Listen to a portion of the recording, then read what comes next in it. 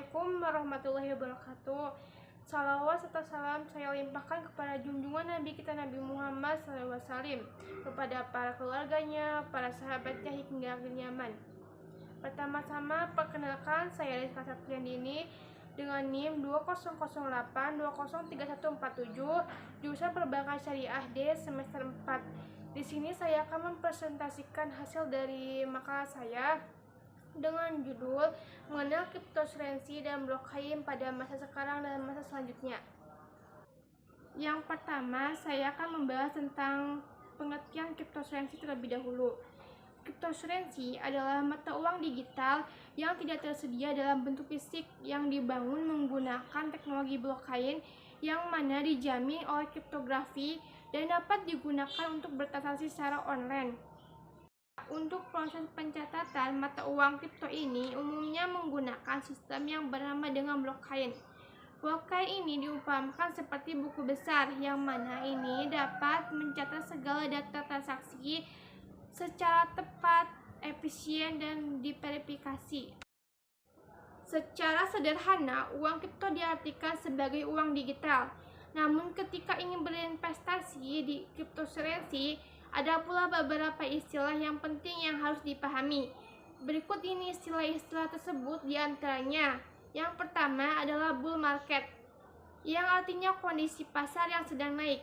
Yang kedua adalah market bear, yang artinya kondisi pasar yang sedang turun. Yang ketiga adalah fear of missing out atau disingkat dengan FOMO, yang artinya itu untuk menyebut investor yang umumnya pemula. Yang selanjutnya adalah pump and dump, untuk menggambarkan strategi yang sedang dilakukan investor kripto. Yang berikutnya ada whale, yang artinya itu untuk menyebut orang yang memiliki uang kripto dalam jumlah besar, minimal 5 dari seluruh aset digital yang disimpan pasar kripto. Selanjutnya itu ada FUD atau singkatan dari Fair Uncertainty and Doubt, yang artinya strategi yang dipakai para investor jika ingin menurunkan harga uang kripto supaya mereka dapat membeli dengan harga murah. Selanjutnya itu ada kata hold, yaitu yang dipakai untuk pemainan kata yang diacak atau anagram. Selanjutnya itu ada rex, istilah yang digunakan untuk menyebut pemain yang kalah.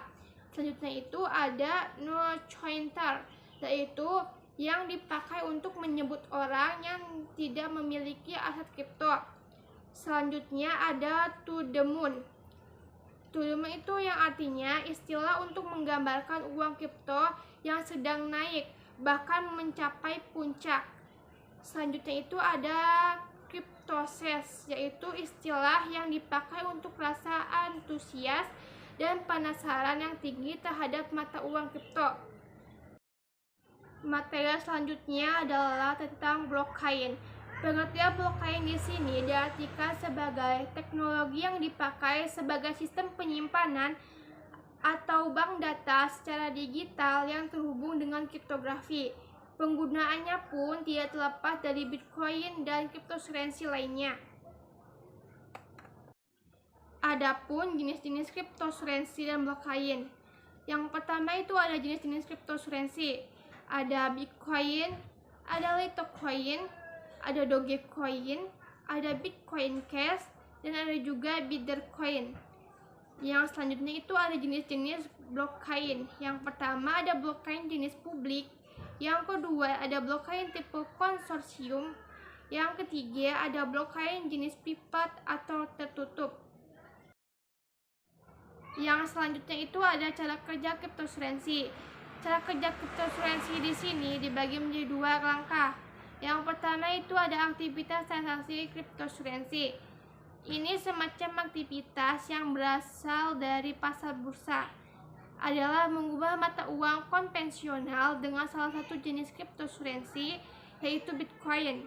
Setelah itu, pengeluaran secara pribadi dengan beberapa catatan. Kemudian, penggalangan informasi secara crowdfunding ataupun secara masif. Selanjutnya itu ada metode menentukan nilai mata uang. Ini metode kerja selanjutnya terpaut menentukan mata uang. Mata uang digital ini diciptakan dari sistem kriptografi. Perihal ini membuat terenkripsi dengan unik dan juga baik. Penggunaan butuh mengenali bahwa setiap nilai di setiap tipe kriptosurensi merupakan produk keuangan. Kemudian ada cara kerja blockchain.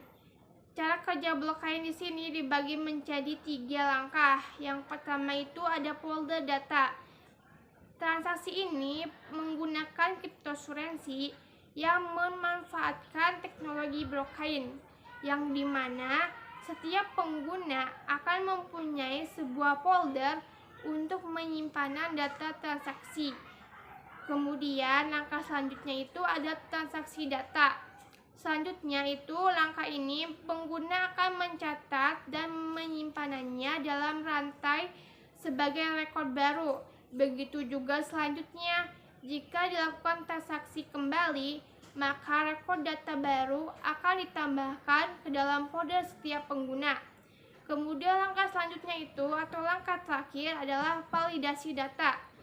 Memvalidasi data pada blockchain kriptosurensi menggunakan sebuah fungsi hash. Fungsi data hash ini akan dibentuk ketika transaksi dianggap valid. Materi selanjutnya adalah penerapan kriptosurensi dan blockchain pada masa sekarang dan masa selanjutnya. Di Indonesia, kriptosurensi hanya dapat diperdagangkan sebagai komoditas setelah Badan Pengawas Perdagangan Komoditi Indonesia atau disingkat dengan Bapeti menerbitkan Peraturan Nomor 5 Tahun 2019 tentang ketentuan teknis pendirian pasar fisik kriptosurensi di bursa berjangka terkait alat pembayaran regulator baik Bank Indonesia maupun Otoritas Jasa Keuangan atau OJK. Aplikasi kriptosurensi paling sederhana sebenarnya diterapkan untuk jual beli online. Kriptosurensi dapat memfasilitasi pembeli dengan lebih mudah tanpa perlu menuliskan informasi pribadi secara detail.